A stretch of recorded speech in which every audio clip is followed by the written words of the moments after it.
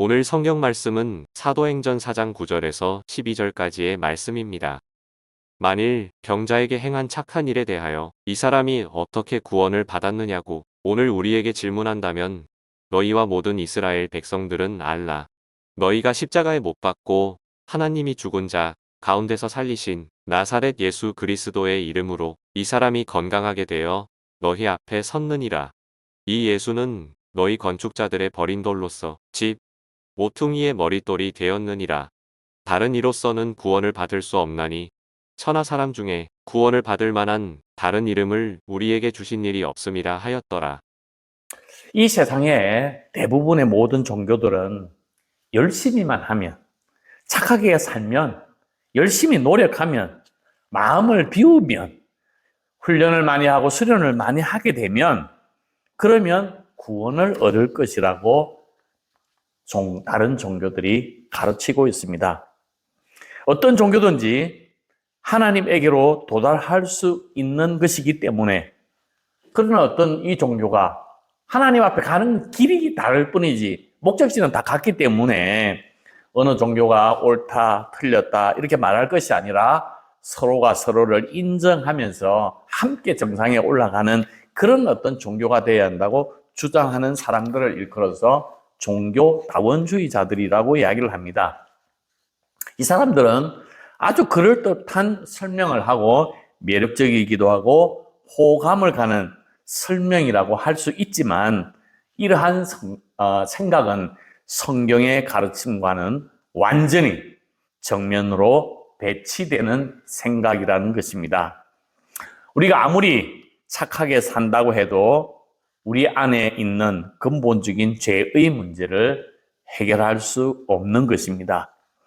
깊은 산 속에 아니면 산 꼭대기에 나무 위에 올라가서 돌을 아무리 많이 닦아도 수시로 마음속에서 일어나는 욕망과 미움과 정오와 탐욕은 끊을 수가 없다고 하는 것입니다.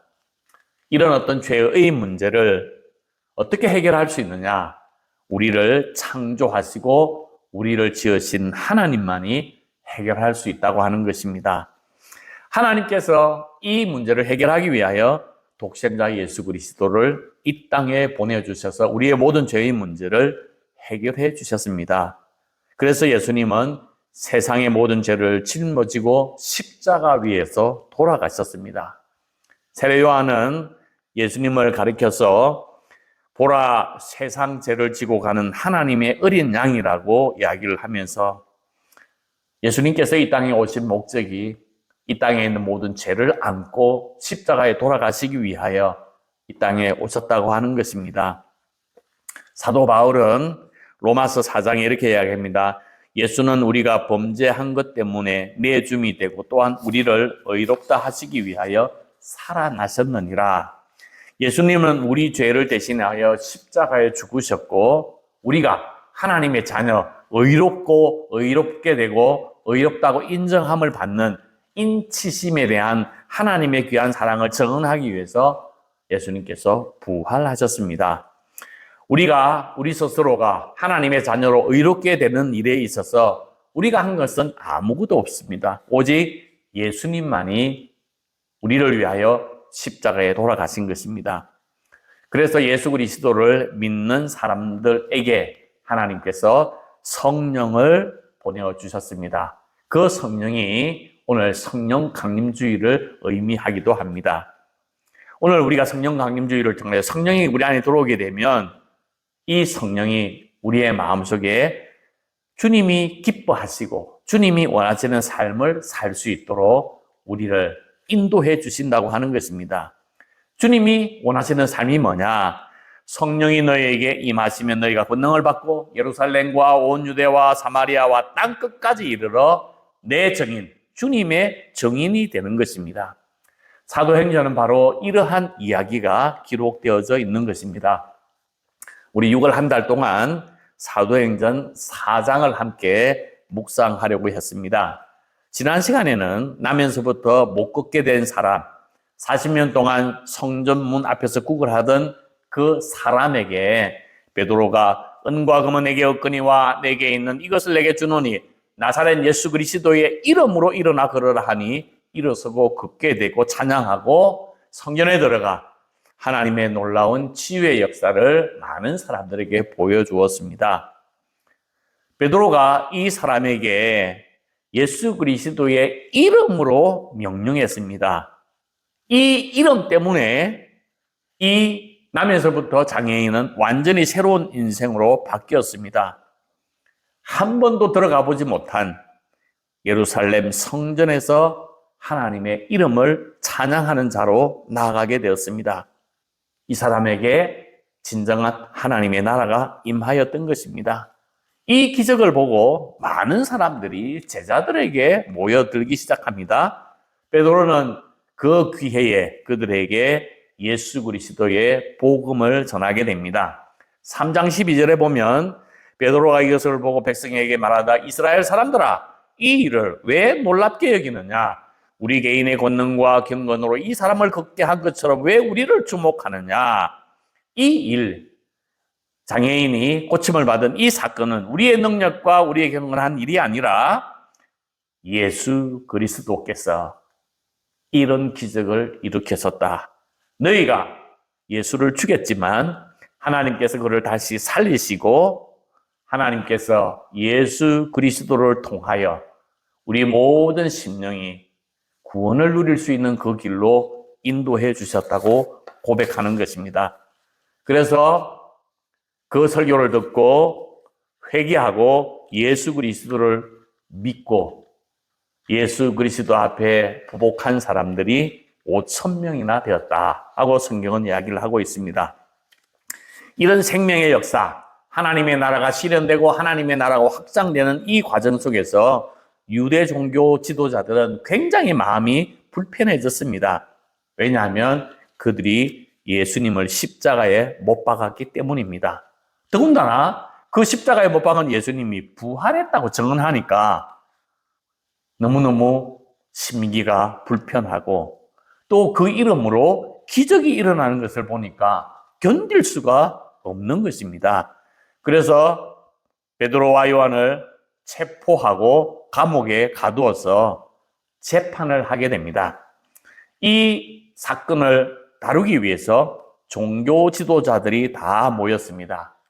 5절에 이렇게 기록하고 있습니다. 이튿날 관리들과 장로들과 서기관들이 예루살렘에 모였는데 이 모임을 산헤드린 공의회라고 이야기를 합니다. 오늘날 우리의 국회와 같은 것입니다.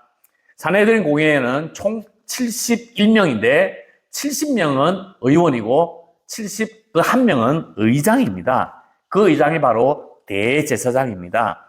70명의 사람들은 세 부류로 나누어져 있는데 제사장, 그리고 장로들, 그리고 서기관들입니다. 3분의 1씩 배율되어서 70명을 구성하고 있는 것입니다. 제사장들은 대부분 다 사두개인 사람들입니다. 이 사두개인들이 예수님을 신문하고 예수님을 십자가형으로 처형했던 사람들입니다. 사두개인들은 바리새인들과는 다르게 현실 정치 권력에 깊이 개입하고 내세나 부활을 믿지 않는 사람들이었습니다. 예수님께서 십자가에 돌아가시고 무덤에 묻혔을 때에 예수님이 부활할까봐 전전긍긍했던 사람은 바로 바리새인들이었습니다. 이들은 예수님의 부활, 이들이 가지고 있는 신앙생활은 부활을 믿었기 때문에 예수님도 부활할 가능성을 이들이 두고 있었던 것입니다. 반면에 사두개인들은 부활을 믿지 않았습니다.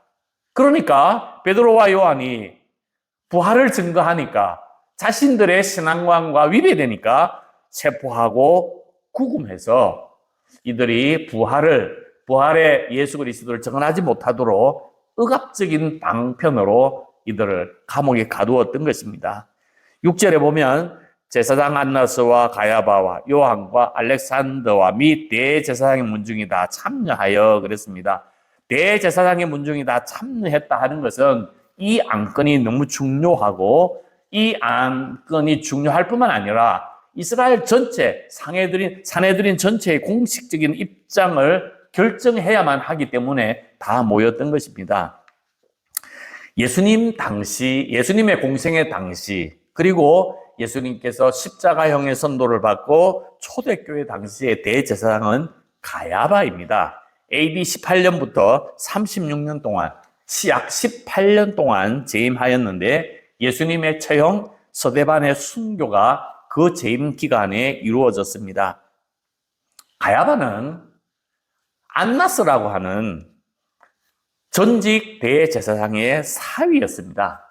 그러니까 사위니까 그 안나스가 이스라엘 전체의 종교 지도자의 실세 중에 실세였습니다.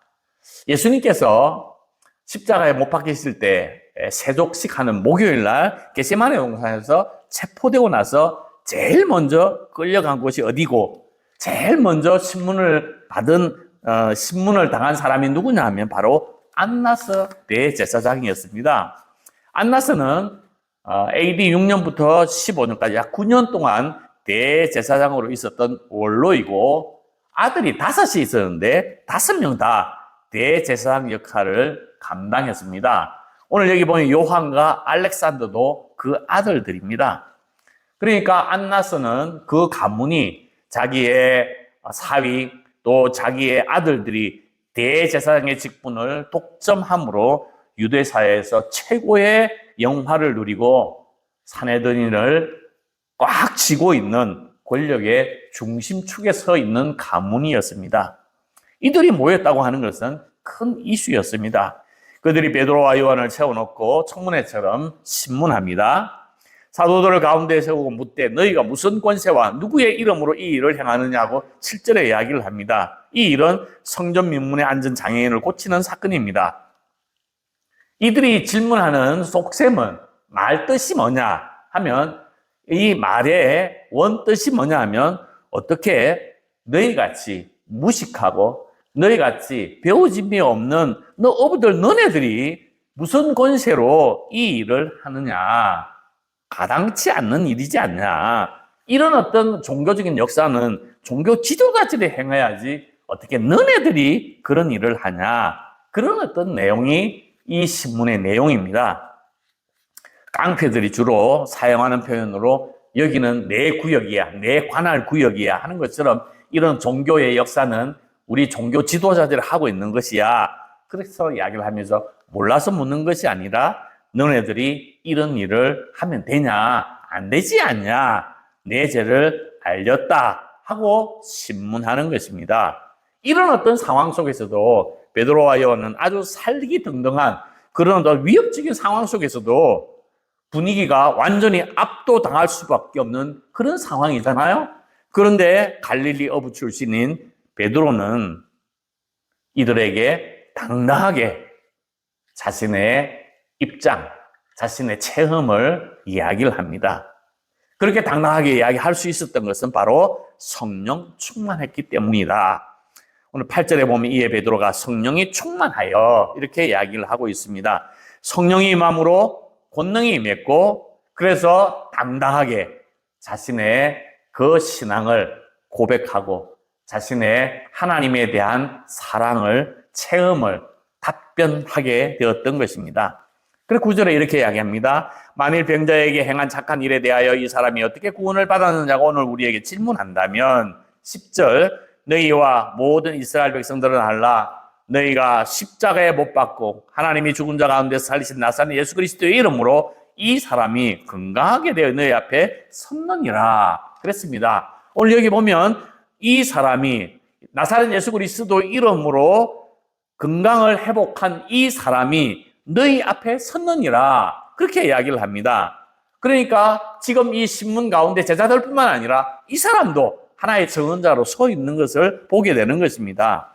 나이가 40, 그 40년 동안 성전 민문에서 생활했던 사람 어느 날 갑자기 고침을 받고 막 하나님을 찬양하니까 이 사내들인 공회에서 너도 이리 와라 증언을 하라 그러면서 이 증언석에 이 사람을 불렀던 것입니다.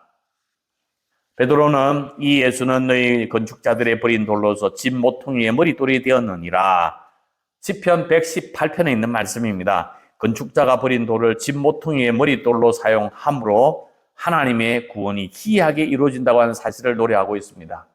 베드로는 예수님은 너희가 버린 돌이다. 하나님이 그 돌을 머릿돌로 삼으셨다. 그 이름의 능력으로 그 장애인이 고침을 받았다고 전하며 마지막으로 결정적인 아주 중요한 메시지를 선포하는데 그게 바로 12절입니다.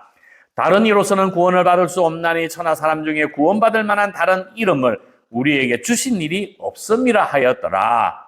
기독교 신앙의 가장 중요한 핵심적인 메시지입니다. 이 말씀이 다른 종교를 가진 사람들은 좀 불편해하기도 합니다. 우리가 다른 어떤 종교인들에 대해서 우리의 마음가짐이 어때야 하느냐면 종교의 자유는 보장되어야 합니다. 그냥 불을 지르거나 칼로 자르거나 이런 거 아닙니다. 왜냐하면 이단도 이 땅에서 발 붙이고 살고 있으니까요. 그렇지만 모든 종교가 같은 진리를 담고 있지는 않는 것입니다. 기독교만이 가지고 있는 정말로 특별한 진리가 있다고 하는 것입니다. 메시지 성경은 이 본문에 있는 말씀을 구원받을 다른 길은 없습니다. 오직 예수의 이름 외에는 구원받을 수 있는 다른 이름을 우리에게 주신 적도 없고 앞으로도 없을 것입니다. 하면서 구원받을 수 있는 길은 예수 그리스도밖에 없다는 것입니다. 서두에도 이야기했지만 다른 종교에서는 구원을 어떻게 받느냐? 노력하고 착한 일하고 마음을 비우면 된다는 것입니다. 우리 기독교에서는 그렇게 구원이 이루어질 수가 없다고 하는 것입니다. 물에 빠진 사람이 스스로 어떻게 나올 수 있습니까? 불이나 죽음이나 중독이나 가난으로 이렇게 빠져 있는 사람이 스스로 나올 수가 없어요. 누군가가 끄집어내줘야 하는 것입니다. 누군가가 끄집어내주는데 예수님이 끄집어내주기 때문에 그것이 바로 구원을 이루는 모든 길은 예수님께 있다고 이야기를 하는 것입니다. 구원은 뭐냐? 물에 빠진 사람, 비정상적인 사람이 정상적인 사람으로 회복되어지는 것입니다. 예수님께서 삭개오 집에서 구원을 선포하십니다. 예수님이 이렇게 이야기합니다. 오늘 구원이 이 집에 이르렀으니 이 사람도 아브라함의 자손이로다. 인자가 온 것은 잃어버린 자를 찾아 구원하려 함이니라 그랬습니다. 삭개오는 세리장이었고 죄인이었고 매국노 그리고 모든 사람 넌 나쁜 사람이야 하고 낙인이 찍힌 사람이었습니다. 그런데 구원이 이르렀다고 하는 것은 잃어버린 자를 본래의 자리로 잃어버렸던 자기 자신의 본분이 여러 가지 죄와 욕심으로 어긋나 있었던 자기의 삶의 자리가 다시 회복되어지는 것, 그게 바로 삭개오가 이룬 구원이라고 예수님께서 이야기를 하고 있습니다. 삭개오는 아브라함의 자손인데 돈을 사랑하여 죄를 범하였고 본래 자기의 어떤 하나님이 주시는 소명의 길을 벗어나게 되었고 예수 그리스도를 영접함으로 자신의 본질에 하나님이 주시는 소명이 이루어지는 회복의 자리로 돌아오게 된 것입니다. 이것이 바로 구원입니다. 잃어버린 자로 내가 내 삶의 자리에서 물에 빠진 사람이구나 하는 것을 인정하게 될 때 회개가 이루어지게 되고 구원이 이루어지게 되는 것입니다. 이 사실을 알지 못하게 되면 절대로 구원을 이룰 수가 없는 것입니다. 사도 바울은 고린도후서 4장에 이렇게 이야기합니다. 만일 우리의 복음이 가리었으면 망하는 자들에게 가려진 것이라. 그중에 이 세상의 신이 믿지 아니하는 자들의 마음을 혼미하게 하여 그리스도의 영광의 복음의 광채가 비치지 못하게 함이니 그리스도는 하나님의 형상이니라. 복음을 받아들이지 않는 사람은 이 세상의 신에 의해서 마음이 혼미해져서 복음을 보지 못한다고 이야기를 하고 있습니다. 죄악 속에 망가져가면서 회복되어야 될 자신의 삶의 자리를 알지 못한다는 것입니다. 오늘 우리 주위에 이런 사람들이 많이 있습니다. 우리는 어떻게 해야 합니까? 그들이 믿는 종교, 그들이 가지고 있는 종교관을 통해서 신학적인 논쟁을 하기보다는 우리가 믿고 우리가 체험한 예수 그리스도의 구원을 선포하고 초청하는 것입니다. 꼭 필요한 구원, 예수 그리스도 안에서 하나님의 형상을 회복하도록 초청하는 것. 한번 와봐라. 그리고 구원을 맛봐라고 이야기를 하는 것입니다. 지금 베드로는 사내들인 공회원들에게 모두에게 자신이 구원을 누리게 되었고 그 모든 사람들에게 구원을 초청하고 있는 것입니다. 우리가 본래의 자리로 회복되기를 원하시는 하나님의 사랑이 우리 앞에 있습니다. 우리가 그 사랑을 전하는 것. 하나님의 사랑이 뭐냐 하면 바로 십자가의 사랑입니다. 하나님이 세상을 이처럼 사랑하신 것입니다. 자신의 독생자를 이 땅에 내어줌으로 우리를 사랑해 주셨습니다. 하나님은 한 분이시고 이 땅에 모든 인류가 구원을 받을 수 있는 방법은 예수 그리스도의 십자가밖에 없는 것입니다. 그래서 예수 그리스도를 믿는 믿음으로 구원을 누리게 되는 것입니다. 우리를 구원해 주실 분은 예수님 뿐인 것입니다. 구원받을 다른 이름은 절대 없다는 것입니다. 사랑하는 만종교회 여러분, 우리의 삶의 자리에서 이 땅에 예수님이 나의 구원자시다 하는 예수 그리스도가 내 구주임을 선포하고 간증함으로 사도행전에 나타난 주인공처럼 오늘 이 시대에 하나님의 귀한 일꾼으로 쓰임받아 이 땅에 하나님 나라를 확장하고 하나님을 알지 못하는 모든 사람들에게 복음을 전하고 그들에게 하나님의 능력, 예수 그리스도만이 구원의 길에 이른다고 하는 하나님의 진리의 말씀을 선포하는 저와 여러분이 되기를 주님의 이름으로 축복합니다. 아멘.